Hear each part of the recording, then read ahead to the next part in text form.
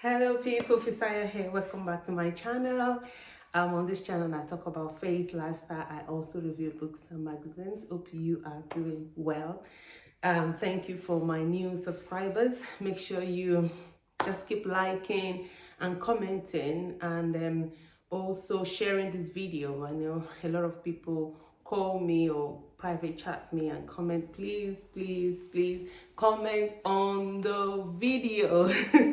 It helps YouTube to know that there's an engagement with my video, and it will probably be suggested to other viewers. But if there are no likes, there are no sharing, there are no commenting, then YouTube just thinks, yeah, that's it. If you're watching on the TV, please log in with your phone or your mobile device or iPad, whatever device it is you use, just so you can like, you can comment, and you can just show some engagement, just do something to the video so YouTube knows that there's something happening on my channel. Okay, my returning subscribers, thank you so much. Thanks for keeping me going. Sometimes I feel a bit it's too much. Sometimes I have a kind of a brain block in terms of what I should give out in terms of content, because personally I feel if you have a channel, it's not just about you, it's about why you started the channel. It's about what you intend to showcase to people, what you intend to, to give to people. And most of the times I have to really pray about it, that the Lord should give me inspiration and the motivation sometimes and the strength to sit in front of the camera, and also to or sit in front of a phone, and also to be able to edit and do all of those things that you have to do just to be able to get a video out. Anyway, ranting over, let's get started. So I listened to a video just a few hours ago, and it was just talking about how our marriages can be a lot more happier, if I put it that way, because this divorce is so much on the rise. And if you hear the reason why some marriages are separated or partners divorce, you would be wondering, it's meant to be a man and a woman relationship, not a boy and a girl.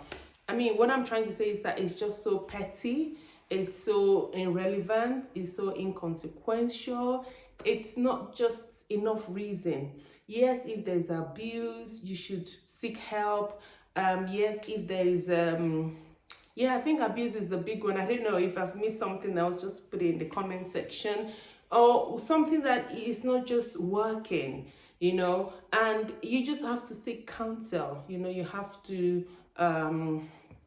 just seek help, especially if one of the partners threatening the other. It could be the man threatening the woman, it could be the woman threatening the man, it could be anything, and the home is normally a safe place for you.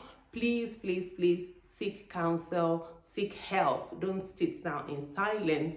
I mean, a lot of men and women have died just because they felt they could manage, or maybe, my culture or my family or my ancestors, none of them divorced, or none of them separated, and so I'm just gonna die in this marriage. Don't die in the marriage.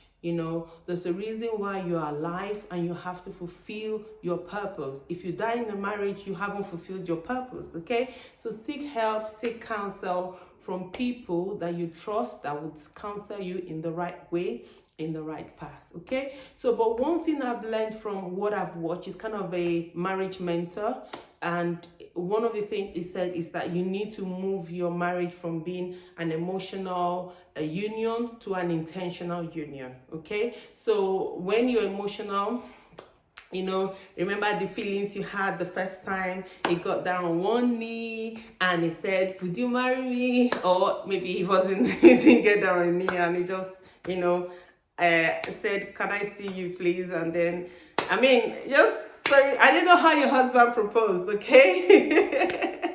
But what I'm trying to say is, those things, those moments you had leading up to marriage, leading up to the honeymoon, the height of the marriage, the first year, the second year, and then by the middle of the second year, you're beginning to feel, what's happening? Especially if you have a child, you're now 3. I remember reading a book sometimes ago that says when 3 becomes 2 or so, like when you have a child, so it's no more just you and your husband, there's a third person in the marriage. What do? The first thing is you need to prioritize your spouse no matter what. You are going to work together to bring up this child. It's not your duty as a woman to bring up a child. It's not your duty as a man to bring up your child. It's a joint duty. Yes, if you're a single mom, then that's different. If you're a single dad, then that's different. But if you are in a relationship, let your husband be responsible. Let your wife be responsible. I've had and seen marriages whereby the woman does everything. When I say everything, I mean everything. But by God's grace, I was able to speak to the woman. Why not teach your husband how to, it's not a younger person, so you can imagine it's been years ago. And, this man just doesn't know how to do anything. Probably everything has been done for him. So I told this woman, why not teach your husband how to, do a nappy for your child while you're doing other things, or just put the clothes on the bed or wherever, let your husband dress, for the child. And she just said, oh, that's a very good idea. She tried it and it worked. So it's no more the case of the man sitting and not knowing what to do. It's not that the men don't want to help or the woman don't want to help, but when you're always doing everything, the other spouse would just think, she doesn't need me or he doesn't need me. So share the responsibility as much as possible. Let your husband get involved in the child upbringing. Let your wife get involved in a child upbringing. Okay, so when you have a child, that's a different variable in the marriage. You have to find a way of just sitting down looking into each other's eyes. Sometimes it goes a long way to spice up your marriage. But when you start getting into 5 years and 6 years, and all of those leading up to your 10th year, in fact, from the second year, I should say, you need to start being intentional. You need to be intentional to love this woman, to love this man. Yes, there'll be more handsome, more good looking, more beautiful women and all of those things out there, or more hardworking, or more industrious, or more wealthy people out there. But this is the person that God has chosen for you. You have to work with what you have. Work on that man, work on that woman. Is there a trace, like if you think your wife is on the big side, have you thought about going jogging together? If you think your husband is on the lazy side, have you thought about doing like a session together, a session of maybe watching a YouTube video or going to see, especially if it's affecting your marriage, you can go and see a counselor and you can have a one-to-one meeting with the counselor, and they can guide you and help you and teach you on the steps to take just so your marriage can work, because simple things like, I remember sometimes ago somebody was saying to me that they got married and the wife used the comb, that's the morning, the wife used the comb to comb her hair, and then the husband took the comb and chucked it out of the window. And the wife was like, hello, what's happening here? And I think it was even a Sunday morning. To make matters worse, they were almost on their way to church, and the man, they went to church. The woman kept her cool. So when they got back from church, the woman asked the man, why did you chuck the comb that I've just used for my hair? He said, oh, because it's learned or it's known that women don't wash their hair, and that's why he did what he did. And the woman's like, no, it's not the case. We wash our hair. Yes, it might be a bit dirty sometimes, maybe due to sweat or product too much product in the hair, but it doesn't mean it's dirty. It just means we need to go to the salon or we need to wash our hair by ourselves, okay?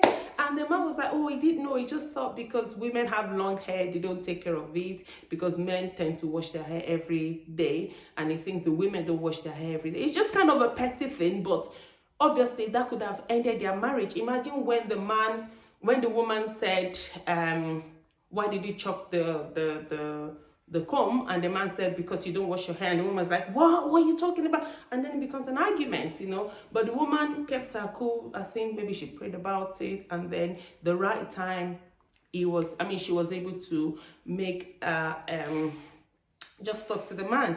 So knowing when to talk is also very, very important. Don't just talk anyhow. Talk when you know the environment and the timing is right, okay? Don't forget, you can move your marriage from being emotional to being intentional. Move it to that stage and decide that your marriage is going to work and you are going to enjoy your marriage. Because when a woman starts saying, no, I want a divorce, or a man starts saying, no, I want a divorce, it's because they want something different. They want something that they're not used to. They want something that is just unique, okay? Think of ways to make your marriage a bit more exciting. Maybe have a date night. There was I remember some times ago, if I find the picture, I'll put it on the screen somewhere. The children were in bed, and said, because you don't wash your hair. And the woman's like, what are you talking about? And then it becomes an argument, but the woman kept her cool. I think maybe she prayed about it, and then the right time, she was able to make just talk to the man. So knowing when to talk is also very, very important. Don't just talk anyhow. Talk when you know the environment and the timing is right, okay? Don't forget, you can move your marriage from being emotional to being intentional. Move it to that stage and decide that your marriage is going to work and you are going to enjoy your marriage. Because when a woman starts saying, no, I want a divorce, or a man starts saying, no, I want a divorce, it's because they want something different. They want something that they're not used to. They want something that is just unique, okay? Think of ways to make your marriage a bit more exciting. Maybe have a date night. There was I remember some times ago, if I find the picture, I'll put it on the screen somewhere. The children were in bed, and I said to my husband, we're having a date night. I'm also like, okay, we can't go out because we haven't got a babysitter. And we just, what we did? We dressed up, sat in the living room, and my husband poured juice. It's just a pity I don't think I recorded that moment. I'm not happy I didn't record it. And we had questions for couple. Both of us were answering the question, and you wouldn't believe it. We came up with so many things that we thought we knew, but we don't really know. And we had a lovely time eating our juice. I don't remember, maybe it was biscuit or something. It was more of the chatting, and we actually dressed up as if we were going out on a date. So think of ways you can go spa together, you can go jogging together, you can go for a walk together, you can so many ideas. Just do something different, something new. If what I've mentioned are the things you've incorporated in your marriage, that's really, really good. Think of something else. How about massaging your husband's feet?